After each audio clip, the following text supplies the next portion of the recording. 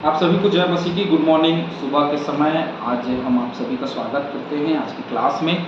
और एक बार फिर से हम आज की क्लास में बढ़ेंगे और बढ़ते हुए निर्गमन की किताब और उसका 29वां अध्याय 39 वचन से आगे हम आज देखेंगे। और जैसे कि हम लगातार देख रहे हैं हारून और उनके पुत्रों का अभिषेक जो याजक और महायाजक के लिए किया गया और कैसे उनके लिए बलिदान चढ़ाए गए उसके विषय में भी चर्चा कर रहे हैं। चैनल को लाइक करें, सब्सक्राइब करें, शेयर करें ताकि बहुत तेरे लोगों तक ये क्लास पहुंच सके और आशीष को प्राप्त कर सके। 39वें वचन में लिखा है, एक भेड़ के बच्चे को तो भोर के समय और दूसरे भेड़ के बच्चे को गोधूली के समय चढ़ाना। तो एक भेड़ के बच्चे को भोर के समय, सुबह जो भोर होती है उस समय, और दूसरे को गोधूली में जिस समय जानवरों को धोया जाता था और उसके बाद घर में ले जाया जाता था, तो गोधूली का वो समय, शाम का समय, तो वो दो समय बताया गया। उन दोनों समयों में क्या करना है, उसको चढ़ाना है, भेंट को उसको अर्पित करना है, उसको बलिदान करना है। भजन संहिता 141 निकाल लीजिएगा मेरे साथ।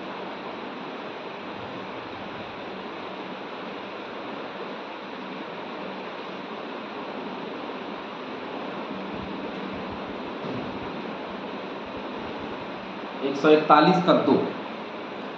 मेरी प्रार्थना तेरे सामने सुगंध धूप और मेरा हाथ फैलाना संध्या काल का अन्न बलि ठहरे। संध्या काल का अन्न बलि ठहरे यहाँ पे स्पष्ट है, क्योंकि भोर तो बहुत स्पष्ट है लोगों के लिए कि भोर का समय सुबह होता है, लेकिन गोधूली का समय बहुत लोगों को जो है वो कंफ्यूजन रहता है, इसलिए संध्या काल का अन्न बलि ठहरे। तो संध्या काल का बलिदान, ठीक है, शाम का बलिदान, ये दो समय का बलिदान हमको देखने को मिलता है। 40वें पद में, और पहले भेड़ के बच्चे के संग हीन की चौथाई कूट के निकाले हुए तेल से सना हुआ एपा का 10वां भाग मैदा ले, और अर्ध के लिए हीन की चौथाई दाख मधु देना। यहाँ पे जो मैदा और दाख मधु, 1/4 दाख मधु क्या करना है, देना है। इसके विषय में भी चलिए एक वचन पढ़ेंगे। उत्पत्ति 35 का 14।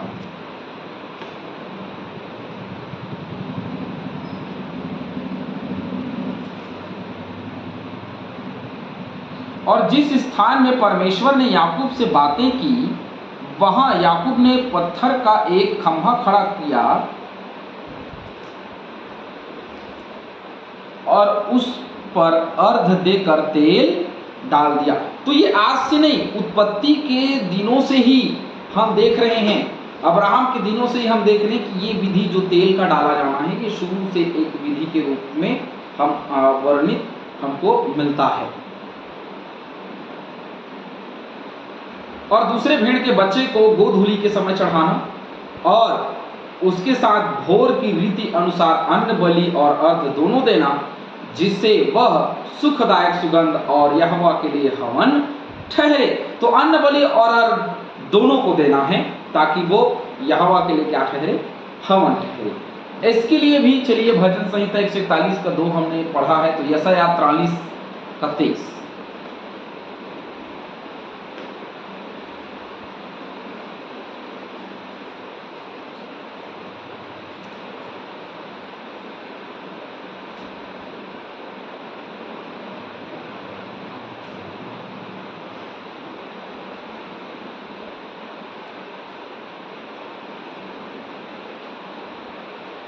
जहाँ लिखा है, मेरे लिए होम बलि करने को तू मेमने नहीं लाया और ना मेल बलि चढ़ाकर मेरी महिमा की है। देख, मैंने अन्न बलि चढ़ाने की कठिन सेवा तुझसे नहीं कराई, ना तुझसे धूप लेकर तुझे थका दिया है। हालेलुया। तो मैंने ऐसा कुछ नहीं किया, लेकिन यहाँ पे हम देख रहे हैं कि वो सारी चीजें जो है वो चढ़ाया जाने का नियम, चढ़ाया जाने का जो विधि है वो दिया जा रहा है। तुम्हारी पीढ़ी से, 42 पद में लिखा है, तुम्हारी पीढ़ी से पीढ़ी में यहोवा के आगे मिलाप वाले तंबू के द्वार पर नित्य ऐसा ही होम बलि हुआ करे। मिलाप वाले तंबू के द्वार पर, क्योंकि द्वार पे ही ये बलिदान दिया जाता था, तो बलिदान द्वार पर ही होम बलि हुआ करे। यह वह स्थान है जिसमें मैं तुम लोगों को इसलिए मिला करूंगा कि मैं तुझ से बातें करूं। तो परमेश्वर क्यों मिलेगा? बलिदान के समय में, बलिदान जब सुगंधित द्रव्य उसको चढ़ाया जाएगा, जब दान उसको दिया जाएगा, भेंट उसको चढ़ाया जाएगा, जब होम बलि करके, मेल बलि करके जब चढ़ाया जाएगा, तो क्या होगा? परमेश्वर से मुलाकात, उससे बातचीत हुआ करेगी। इसीलिए ये विधि दी गई, और इसीलिए तो यीशु मसीह सर्वदा के लिए बलिदान हमारे लिए हुआ, ताकि हम उससे मिल सके, हमारी मुलाकात उससे हो सके, हमारी बातचीत उससे हो सके, क्योंकि बिना बलिदान के कोई परमेश्वर से बातचीत नहीं कर सकता। इसीलिए यीशु मसीह के बलिदान की आवश्यकता थी, ताकि हम उससे बातें कर सकें। 42वें वचन के लिए गिनती 7 का 89 पढ़ लीजिए, निर्गमन 25 का 22 और 33 का 9, और यहेजकेल 46 का 15, यहेजकेल 46 का 15 हम पढ़ेंगे।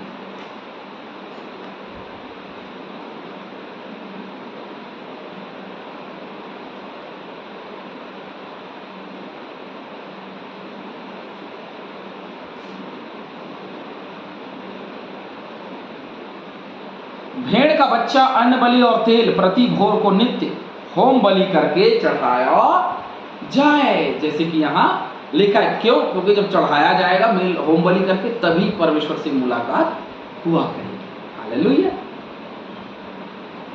43 वचन, मैं इस्राएलियों से वही मिला करूंगा और वह तंबू मेरे तेज से पवित्र किया जाए, क्योंकि जहां परमेश्वर की उपस्थिति है वहां पवित्रता है, क्योंकि परमेश्वर का तेज, परमेश्वर की ज्योति, परमेश्वर का चमक, परमेश्वर का उजियाला हमारे जीवन में होगा, हमारे आसपास में होगा, तो वहां पवित्रीकरण होगा। जब तक परमेश्वर की उपस्थिति नहीं होती, तब तक पवित्रीकरण नहीं हो सकता, पवित्र नहीं किया जा सकता। परमेश्वर की उपस्थिति बहुत जरूरी है। भजन संहिता 46 का 8।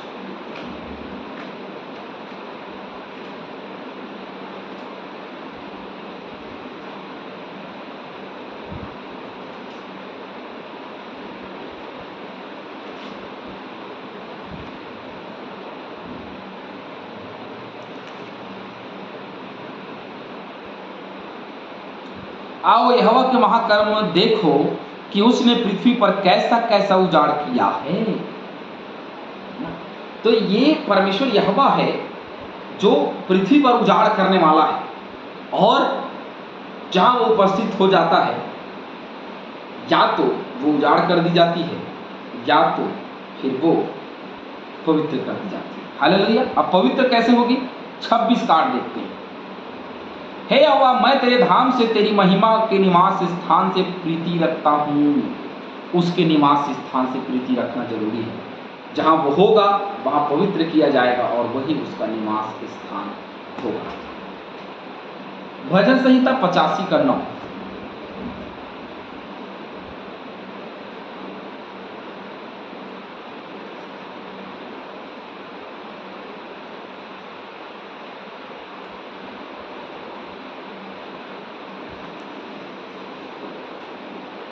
निश्चय उसके डरवैयों के उद्धार का समय निकट है, तब हमारे देश में महिमा का निवास होगा। महिमा अर्थात परमेश्वर का निवास होगा, उसके पवित्रता का निवास हमारे बीच में होगा। 44 वचन, और मैं मिलाप वाले तंबू और वेदी को पवित्र करूंगा, और हारून और उसके पुत्रों को भी पवित्र करूंगा, कि वे मेरे लिए याजक का काम करें। बिना पवित्रीकरण के कोई याजक का काम नहीं कर सकता, क्योंकि परम पवित्र परमेश्वर की सेवकाई, उसके पास जाना, उसके पास में जाकर के बलिदान चढ़ाना एक बहुत पवित्रता की विधि, एक पवित्रता का नियम, जिसको हमने भी पूरे 29 अध्याय में देखा है। और वो पवित्रता चाहता है, पवित्रता की मांग है उसको, इसीलिए वो वेदी पवित्र करेगा, और मिलाप वाले तंबू को पवित्र करेगा, हारून को पवित्र करेगा, हारून के पुत्रों को पवित्र करेगा, ताकि वो याजक का काम करे। क्योंकि मंदिर बना दी गई, लेकिन पवित्र वो तब होगा जब परमेश्वर की उपस्थिति वहां होगी। और सेवा टहल करने के लिए याजक का अभिषेक करना जरूरी है, क्योंकि सेवा के लिए याजक बहुत जरूरी है, क्योंकि बाकी लोग परमेश्वर के पास उस वक्त नहीं जा सकते थे, याजक या महायाजक जाया करते थे। ये विधि दी उसने। सब जाते तो फिर यीशु मसीह के बलिदान की आवश्यकता नहीं, फिर सब चल रहे। लेकिन यीशु मसीह का बलिदान हुआ तब सीधे हम परमेश्वर के पास गए, लेकिन यीशु मसीह के नाम से, यीशु मसीह के लहू से, यीशु मसीह, क्योंकि बलिदान चाहिए परमेश्वर के पास जाने के लिए, बलिदान चाहिए परमेश्वर के पास जाने के लिए, लहू का धूप दान चाहिए, उसकी वेदी पर लहू का धूप चाहिए। तो वो सारी चीजें यीशु मसीह पे आकर लागू होती है।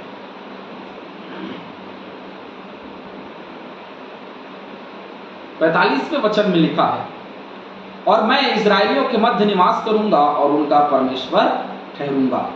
हम एक बार फिर इस वचन को और इस अडिग वाचा को हम देखते हैं।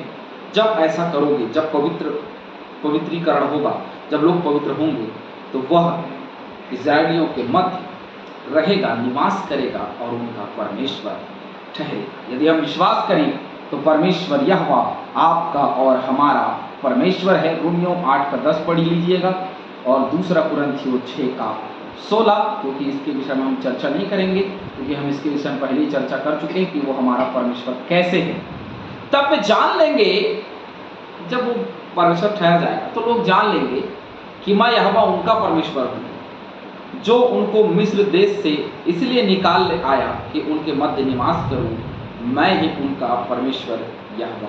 उनको पता चल जाएगा। हमने इसके विषय में पहले भी देखा है, पहले भी पढ़ा है ना, क्योंकि मूसा को बहुत बार बोलता है, तब वे जान लेंगे कि मैं ही परमेश्वर हूँ। एक वचन हम पढ़ेंगे, भजन 114 का 1।